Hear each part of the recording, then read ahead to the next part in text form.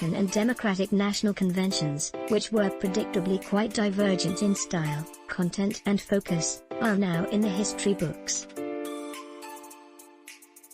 And the battle for the White House is well and truly underway. In recent days, Wisconsin and its ordinarily fairly sleepy city of Kenosha have been ground zero.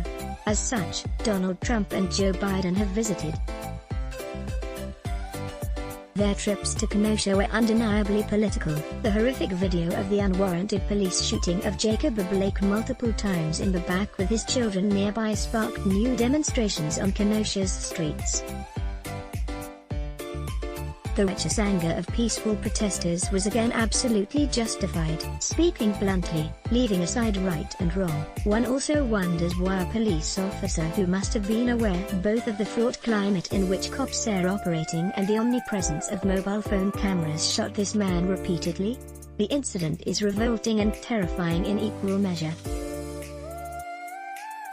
Law and order in Kenosha. That said, the aftermath in Kenosha was far from calm.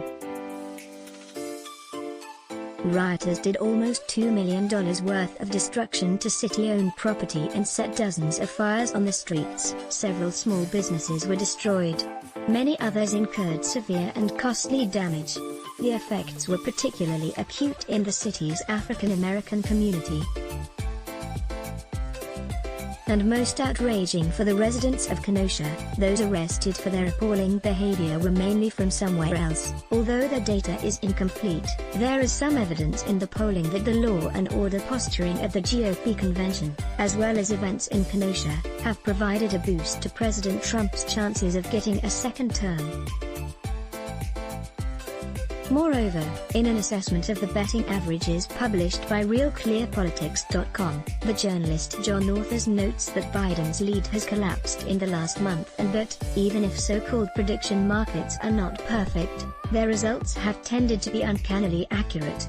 Nonetheless, the fact is that the Black Lives Matter movement and its activities are perceived vastly differently.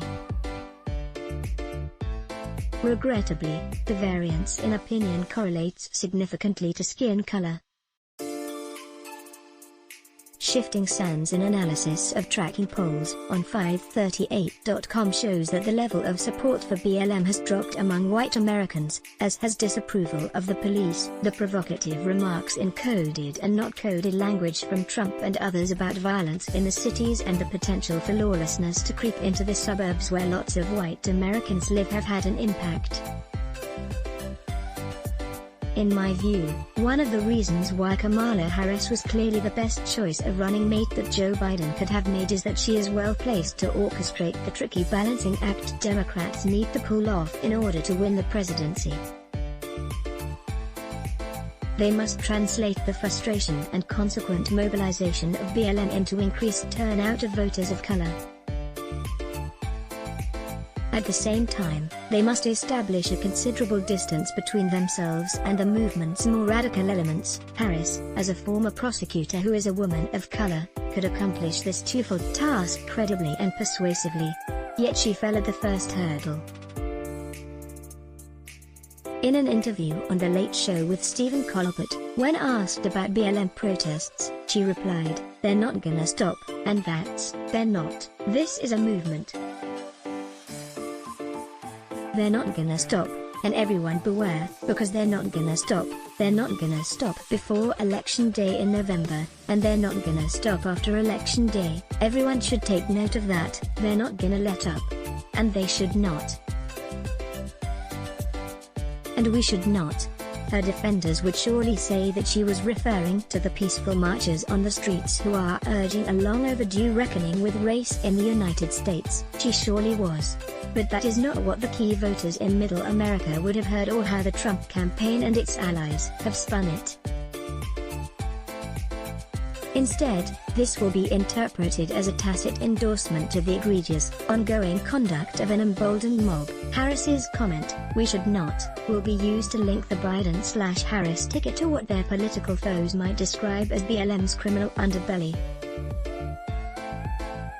Harris and her advisors must recognize that they are no longer talking only to the Democratic Party's grassroots or to women and men in her native California. They are now speaking to the pivotal people in Pennsylvania, Michigan, Wisconsin and beyond who will determine if Biden can achieve his long-held dream to become Commander-in-Chief.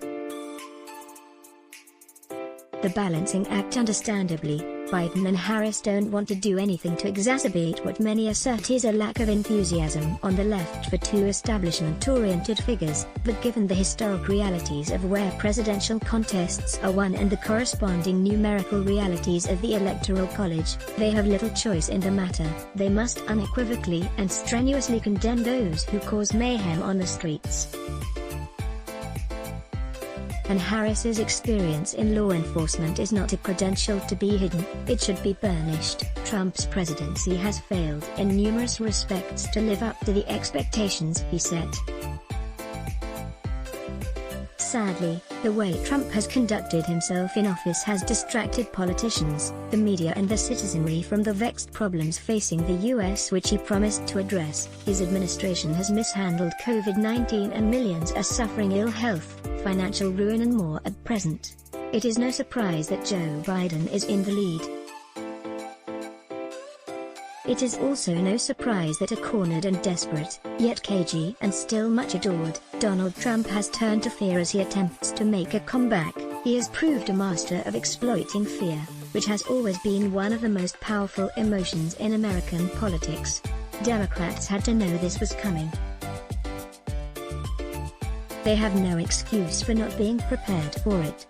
#Open Journalism. No news is bad news. Support the Journal. Your contributions will help us continue to deliver the stories that are important to you. Support us now. Biden, Harris and their party more broadly will be charged with having the following objectives: to raise taxes to socialist levels, to deliberately dismantle high-quality healthcare plans, to starve police departments of resources so that they are rendered unable to protect vulnerable individuals and groups from dangerous criminals, to allow abortions up until the moment of birth, to rewrite the history books in the name of political correctness and to erode the right to own guns widely deemed necessary in the U.S. to defend family and private property. How well they and their surrogates push back against this sort of fear-mongering will be crucial. In so doing, I'd strongly encourage them to remain mindful of the middle ground. At any rate, for the next 8 weeks, those who oppose Donald Trump will be looking on. Yes, in fear. Larry Donnelly is a Boston attorney, a law lecturer at New Galway and a political columnist with the Journal.ea. Let's block ads. Why? Show your love for him. Click the link in description. Thanks for watching.